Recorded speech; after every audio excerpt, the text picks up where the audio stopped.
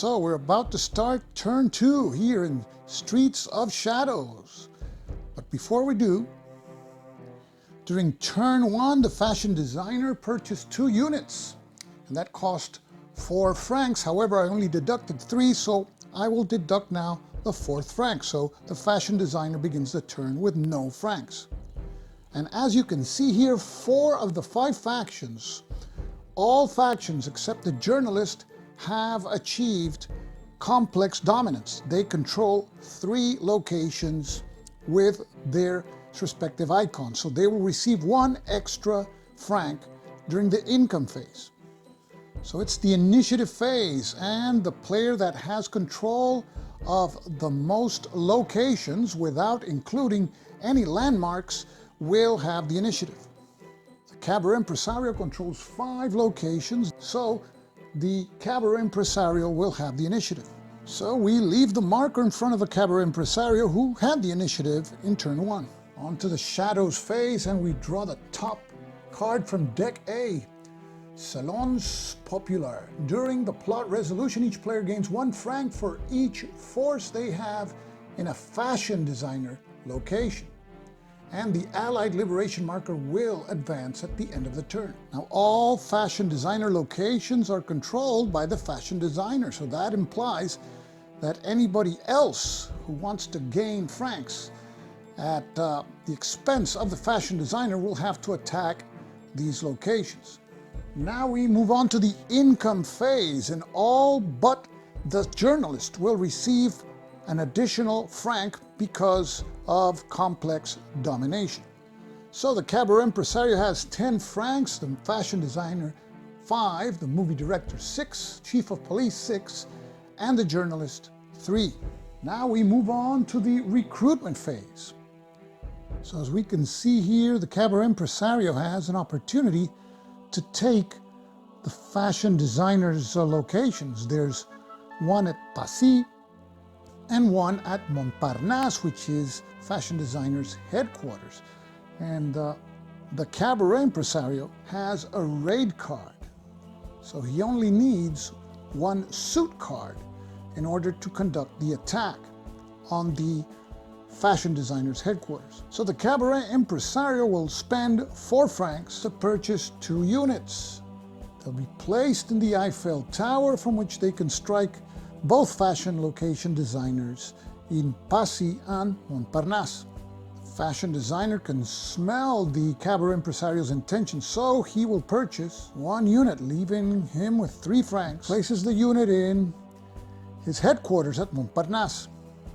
The movie director has a card, the usual suspect, that allows him to use as a suit card. That means he would be able to attack fashion designer's location at Ménilmontant. So he will purchase 1 unit, which he will place at Notre Dame, from which, if things stand as they are, he would be able to move in his turn into Ménilmontant. The police chief will recruit 1 unit, which he will place at his headquarters at Ile de la Cité. And the journalist only has 3 francs, so he will pass this time and not recruit any units, saving those francs to purchase cards. Now we proceed to the bidding phase. And as you can see here, the Cabaret Impresario has 6 francs, the police chief and the movie director 4, followed by the fashion designer and journalist 3. So the Cabaret Impresario has a slim hope of possibly being able to obtain 2 cards, and whichever faction does not obtain a card will be seriously affected. Now, I will conduct the biddings off camera and show you the results. And all cards that will be auctioned are suit cards, and again, in a real game these would be placed face down, but because bidding here is randomized, we will leave them face up. Here's the final result of the auctions, and the chief of police was able to win 2 cards, and that comes at the cost of the journalist, who was not able to purchase a single card. So all factions at least got 1 card, and the journalist none. So we can see that the chief of police has 3 cards, the movie director, fashion designer, and cabaret impresario have 2, and the journalist has 0. Now we move on to the player turn phase. And the initiative player will begin by playing 1 or more cards, then moving, then conducting any combat. So we start with the cabaret impresario, and he has a raid card with which he could attack an opposing player's headquarters, and then he would play the treachery card as the suited card, which would add a value of 4. So the cabaret impresario will move both of his units that he has in the Eiffel Tower to be at large at Passy, because they will be attacking the fashion designer location. His remaining units are each in 1 location, so he will not move any of the other units. Now the cabaret impresario announces the attack against the fashion designer location at Passy. Now the cabaret impresario could, in essence, even play both cards to get a +8. However, I will roll a die, and only on an extreme result of 6 will both cards be played. And the roll is a 6. So in a regular game, this is what the players would see. The cabaret impresario playing 2 cards, not 1, to bolster his attack there. Fashion designer has these 2 cards. He could play both cards also to bolster his defense. And of course, in a real game, he doesn't know the strength of the cards played, but he can surmise that there's going to be considerable strength in those cards. So we will roll a die, and only on a 6 will the fashion designer play both cards. The roll is a 4, so he will only play 1 card, which I will choose randomly. So 1 card is played, and now we reveal all cards. The final attack strength is 10-4, so it's clear that this is a victory for the cabaret impresario. So we eliminate the defending unit, and we place both cabaret impresario units in the location. So now it's the fashion designer's turn. He has 1 influence card. Now the fashion designer has this card with an attack strength of 3, and he knows that the cabaret impresario has no cards with which to bolster his defenses. And at this time there are no alliances, so the cabaret impresario cannot rely on a card provided by an ally in defense. So the fashion designer will move 1 of his units from his headquarters at Montparnasse, and it will be placed at large at Passy to attack the recently lost fashion designer location there. In addition, the fashion designer wants to gain another location, so he moves his cube at Notre Dame to the adjacent Bastille district, specifically to the Café Musée. And now we proceed to the conflict, and the fashion designer has to play his sole suit card in order to be able to conduct the attack. The cabaret impresario has no cards, so we resolve the attack. It's a total of 4 against 2, so the cabaret impresario's units are eliminated, and the fashion designer retakes the location. Next is the movie director, and interestingly enough, the movie director has the usual suspects card. He could use this card as if it was any suited card, like for example, a clubs card, which would allow the movie director to attack an enemy headquarters, and to launch the attack, he could use this intelligence card. But who to attack? The most obvious solution is to attack somebody who doesn't have cards, like the fashion designer. So the movie director will not move any of his pieces, and will later declare an attack by his unit in the Eiffel Tower. Meanwhile, the movie director unit at Notre Dame moves into the Latin Quarter and takes control of the Sorbonne location. So it's important for players to try to obtain control of many locations, because going first in this game is a huge advantage. So the movie director announces the attack from his unit at the Eiffel Tower and plays 2 cards, and the fashion designer has no cards to play.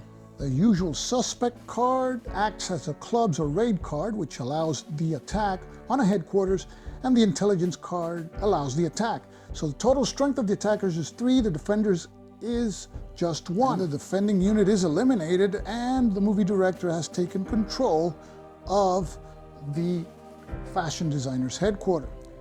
Now that the fashion designer has lost his headquarters, to retake it, he would have to play, together with a suited card, also a raid card, even though it's his own headquarters that he wants to recover. Now it's the chief of police's turn. The chief of police has 3 cards, and he has noticed that the prior 3 players don't have any cards. That means there's no cards they can use in defense, nor does the journalist have any cards. The chief of police has at the Paris Opera their elite unit with a strength of 2, so he will move that unit to the district of Batignolles to remain for now at large there. From there, he can attack the movie director's location. He can't attack the journalists because he doesn't have any raid card. Chief of police will move one of its 2 units in its headquarters to the adjacent Invalides district and will place the unit at the Invalides location. Now the chief of police announces the attack by his elite unit on the movie director's unit at the location in Batignolles. Chief of police, knowing that the opposition has no cards to play, will simply play its lowest valued card. We resolve the conflict. The chief of police has a strength of 3, 2 for the elite unit and 1 for the card, and the movie director 1. So the chief of police takes the location. Next are the journalists. And notice that the journalists have an ability that I didn't take full advantage in the first turn.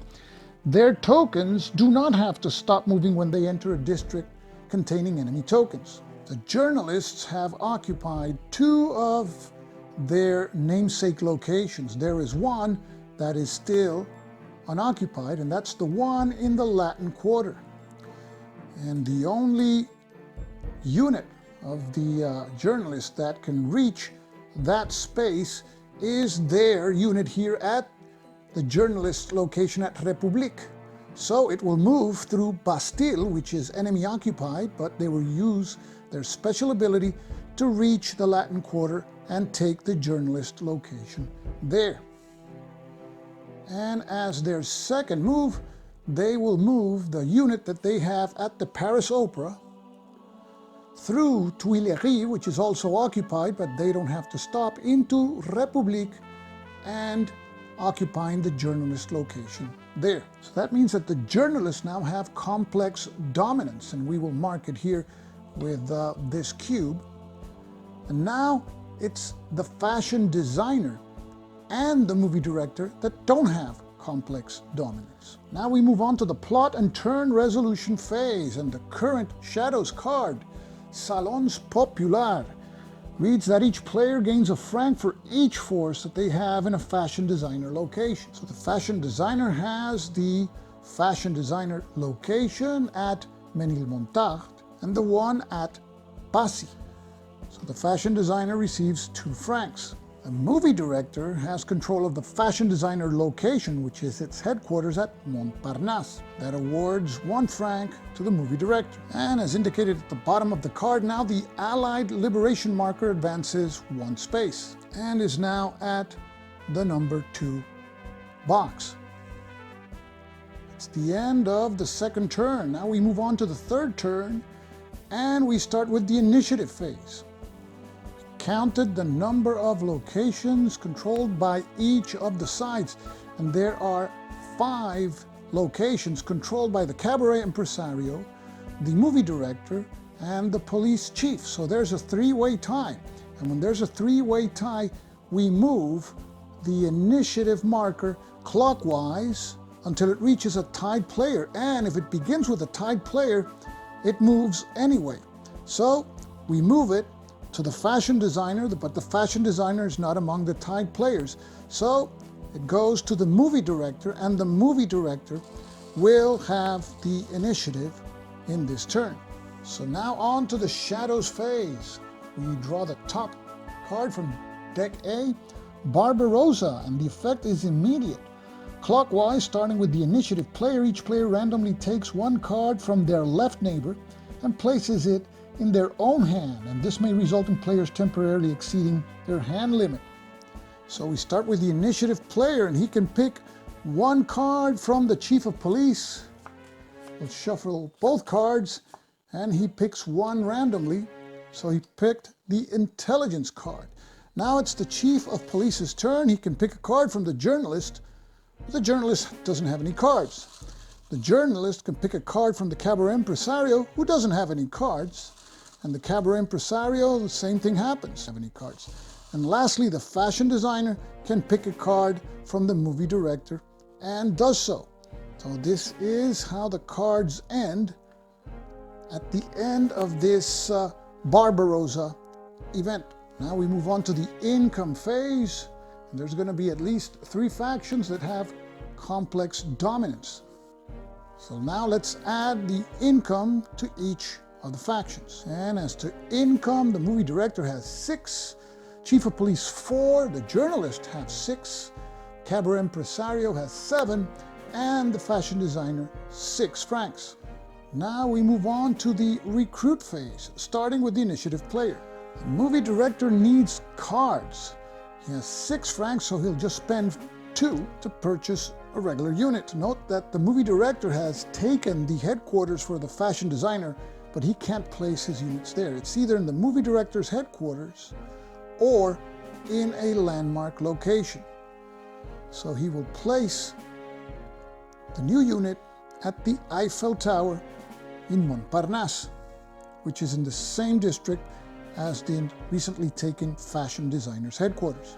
The chief of police will save his 4 francs to purchase cards, so he won't recruit any units. Journalists will not recruit to see if he can get 2 cards with his 6 francs. Cabaret impresario will recruit 1 unit, and the unit will be placed in the opera district at the Paris Opera. The fashion designer just lost his headquarters. He would like to recover it, but he needs a raid card even to recover his own headquarters. So he will save all 6 francs to purchase cards. We move on to the bidding phase. Now let's take a look at the cards that will be up for auction. We see an intelligence card, but we also see a resistance and a denunciation card. In addition, an SOE contact card and a card that will allow a player to recruit an elite unit. Strong contenders that may conceivably be able to obtain 2 cards are the journalist and the fashion designer with 6 francs, cabaret impresario has 5, and the chief of police and movie director have 4. So now we will conduct the auction for each card off camera and show you the results. Here we see the results of the auctions. Each player was able to purchase 1 card. The journalist was very close to purchasing 2, but it was no luck. So now we add these cards to each of the players' hands. So only the fashion designer and the chief of police have 2 cards, all other players have 1. So now we move on to the player turn phase, and we start with the initiative player, the movie director. The movie director has this SOE contact card, which allows him to take 1 card from the discarded cards and place it in his hand, but only if he controls the railroad station, which he doesn't. The cabaret impresario controls it for now. The movie director has units spread out throughout the city. He will not move any units with the exception of the unit in the Eiffel Tower, which will be moved to the fashion designer location, formerly the fashion designer's headquarters at Montparnasse. Now it's the chief of police's turn. This denunciation card is only playable when the Gestapo Crackdown Shadows card is revealed, and that hasn't happened. The other card that the chief of police has is this treachery card. The chief of police has units occupying each unit 1 location, and the most recent location that was occupied by them was a movie director location at Batignolles.